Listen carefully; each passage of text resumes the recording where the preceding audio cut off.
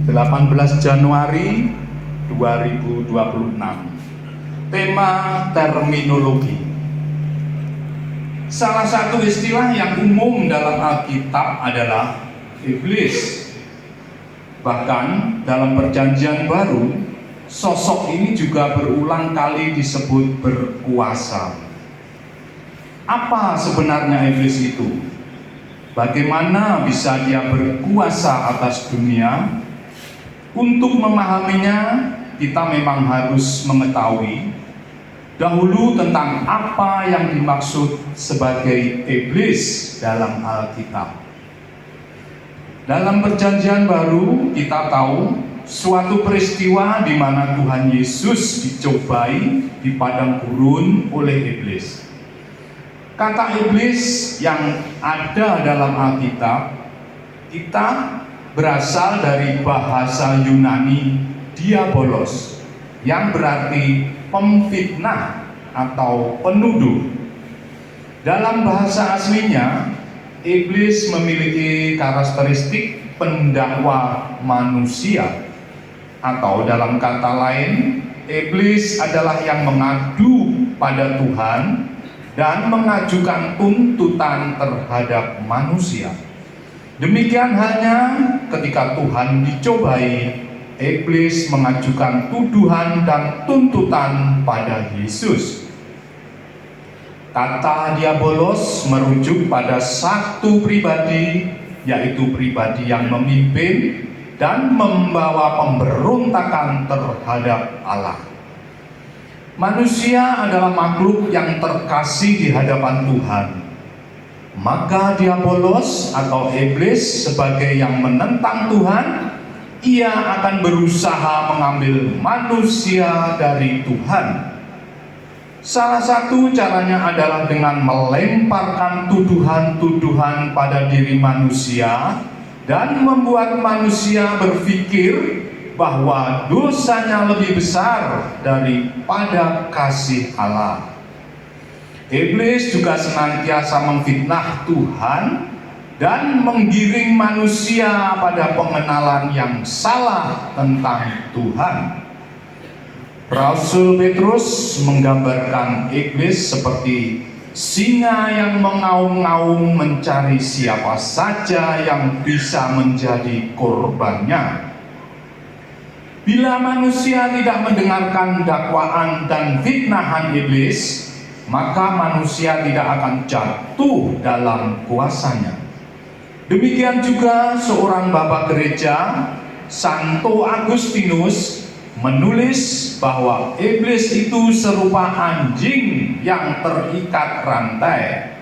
Ia tidak dapat menyakiti orang kecuali orang itu yang mendekatinya. Tuhan Yesus dan para rasul telah mengajar bahwa iblis memiliki kekuasaan yang besar dalam dunia ini. Bahkan ketika mencoba Yesus, iblis menawarkan kekuasaan atas kerajaan-kerajaan di dunia pada Yesus. Ini membuktikan bahwa ada kekuasaan yang dipegang oleh iblis. Tentu saja hal ini seolah bertentangan dengan ajaran iman Kristen yang percaya bahwa Allah adalah penguasa tunggal. Namun, bila kita memperhatikan perumpamaan Rasul Petrus dan Santo Agustinus, kita tahu bahwa kekuasaan iblis tidak berasal dari iblis itu sendiri. Kekuasaan iblis berasal dari manusia yang menyerah padanya. Kejatuhan manusia dalam dosa adalah penyebab terpisahnya manusia dengan Allah, yang mana itu adalah tujuan utama iblis.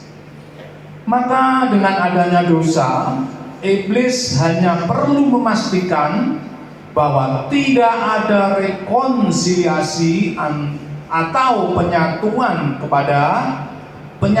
kembali antara manusia dengan Allah.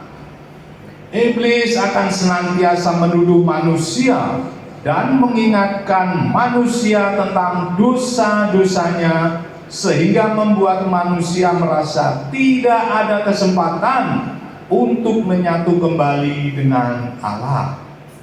Ketika manusia terbawa oleh fitnah dan dakwaan yang diberitakan iblis, maka secara tidak langsung manusia itu telah menyerahkan kuasanya pada iblis.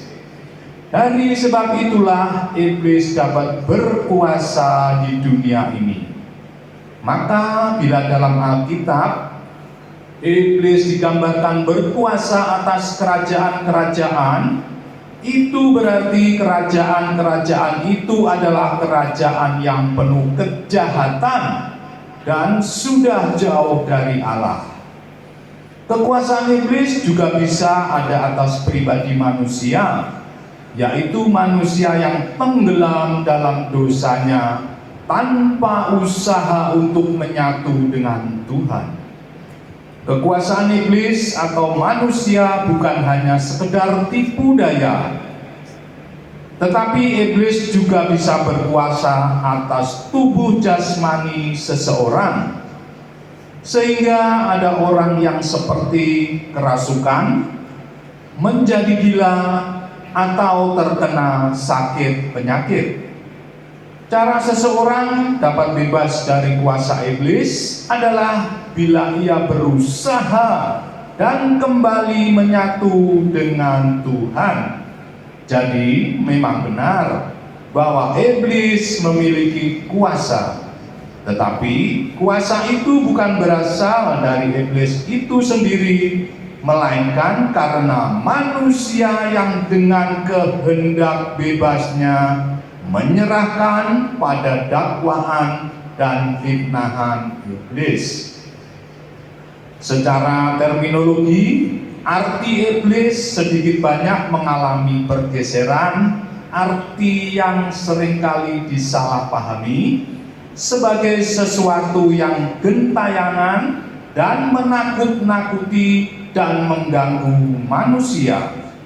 Semoga kita yang mendengarkan pewartaan ini selalu bebas dari kuasa dosa dan senantiasa dalam persekutuan Roh Kudus Allah kita. Kemuliaan kepada Bapa dan Putra dan Roh Kudus seperti pada permulaan, sekarang, selalu dan sepanjang segala abad. Amin. Puji nama Tuhan. Kita